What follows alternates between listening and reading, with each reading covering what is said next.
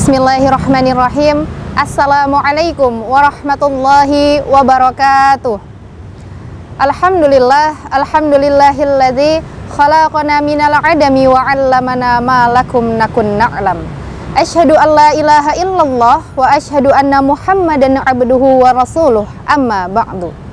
Puji syukur marilah kita panjatkan kehadirat Allah Subhanahu wa taala yang telah memberikan kita nikmat sehat dan sempat, sehingga alhamdulillah kita masih dapat bertemu dengan bulan Ramadan dalam keadaan sehat walafiat. Salawat berbingkaikan salam semoga tetap tercurahkan kepada Nabi Muhammad sallallahu alaihi wasallam. Semoga di yaumil akhir nanti kita mendapatkan syafaatnya dari beliau. Amin amin ya rabbal alamin. Teman-teman yang insya Allah dirahmati oleh Allah Subhanahu wa taala, Islam sebagai agama rahmatan lil alamin tidak hanya mengatur bagaimana hubungan seorang hamba kepada Sang Khalik, yakni Allah Subhanahu wa taala, tetapi juga mengatur bagaimana hubungan makhluk dengan makhluk. Dan adapun makhluk yang paling utama untuk kita hormati dan berbakti kepadanya adalah kedua orang tua. Dalam Islam, kedua orang tua memiliki kedudukan yang sangat mulia dan sangat terhormat. Setidaknya ada dua hal yang mendasari kenapa kita diwajibkan untuk berbakti kepada kedua orang tua. Yang pertama, tidak ada kebaikan dalam kehidupan yang tidak berbanding lurus dengan berbaktinya kita kepada kedua orang tua.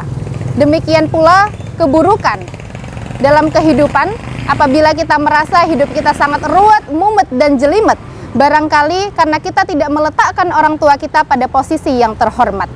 Karena tidak ada kebaikan yang dibalas dengan segera baik di dunia maupun di akhirat kecuali kebaikan kepada kedua orang tua, dan tidak ada keburukan yang dibalas di dunia dan di akhirat kecuali durhaka kepada kedua orang tua.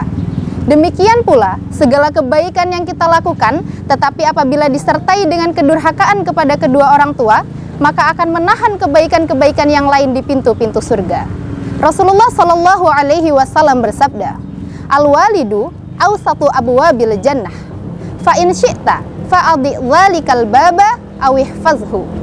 Orang tua merupakan pintu surga yang paling sentral, pintu surga yang paling tengah. Kalian bisa menyia-nyiakannya atau kalian bisa merawatnya. Hadis riwayat Tirmizi.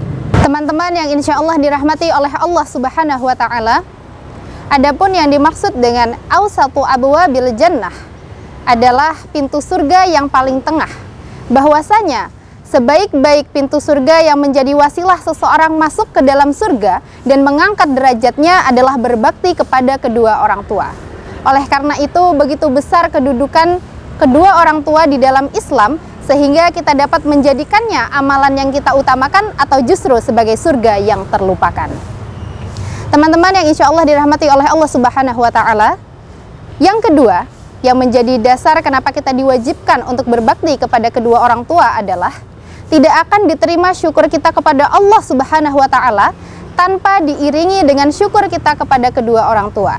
Ibnu Abbas menjelaskan bahwa ada 3 amalan yang tidak akan diterima pengamalannya kecuali diiringi dengan amalan yang lainnya. Yang pertama, tidak diterima sholat seseorang kecuali diiringi dengan membayar zakat. Oleh karena itu seringkali kita dapati di dalam Al-Quran perintah untuk melaksanakan sholat yang diiringi dengan kewajiban membayar zakat. Yang kedua, tidak diterima keimanan seseorang kecuali diiringi dengan beriman pula kepada Rasulullah Shallallahu alaihi wasallam. Oleh karena itu, orang-orang Yahudi yang mereka mengaku bahwasanya Allah Subhanahu wa taala adalah Tuhan, tetapi mereka tidak dapat masuk ke dalam surga karena mereka tidak mengikuti ajaran-ajaran dari Rasulullah Shallallahu alaihi wasallam. Dan yang ketiga, tidak diterima syukur seorang hamba kecuali diiringi pula dengan bersyukur kepada kedua orang tuanya. Karena kedua orang tua yang telah membesarkannya, yang telah merawatnya, ibunya yang telah mengandungnya, kemudian melahirkan, mengandung lagi, kemudian melahirkan lagi. Begitu pula dengan ayahnya yang telah memberikan nafkah dengan sebaik-baiknya. Allah Subhanahu wa taala berfirman dalam Quran surat Luqman ayat 41 yang berbunyi, A'udzu billahi minasyaitonir rajim. Bismillahirrahmanirrahim. Wa wassaynal insana biwalidayhi hamalathu ummuhu wahnan 'ala wahnin wa fisaluhu fi 'amaini anishkurli wali walidayka ilayyal masir. Yang artinya, dan kami wasiatkan kepada manusia untuk berbuat baik kepada ibu dan bapaknya.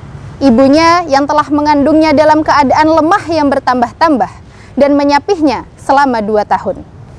Maka bersyukurlah kepadaku dan bersyukurlah kepada kedua orang tuamu, kepadakulah tempat kembalimu. Teman-teman yang insya Allah dirahmati oleh Allah Subhanahu wa Ta'ala, lantas apa yang harus kita lakukan sebagai seorang anak? Tentu saja yang pertama, mensolihkan diri kita dengan ilmu dan amal, karena tidak akan diijabah doa seorang anak kecuali doa anak yang solih. Dan yang kedua, berbakti dengan sebaik-baiknya kepada kedua orang tua, mentaati perintahnya, merawatnya, bersabar, serta mengajarkan ilmu pula kepadanya. Karena kita tidak akan pernah tahu kapan dan siapa yang lebih dulu dipanggil oleh Allah Subhanahu wa Ta'ala. Oleh karena itu, mari di bulan yang penuh berkah ini, di bulan yang suci ini, kita perbaiki kualitas diri kita, perbaiki hubungan kita dengan kedua orang tua, serta merawatnya dengan sebaik-baiknya selagi Allah Subhanahu wa Ta'ala masih memberikan kita waktu dan kesempatan. Karena waktu bukan Oreo yang bisa diputar, dijilat, apalagi dicelupin. Demikian yang dapat saya sampaikan.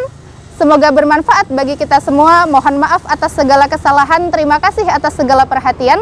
Wassalamualaikum warahmatullahi wabarakatuh.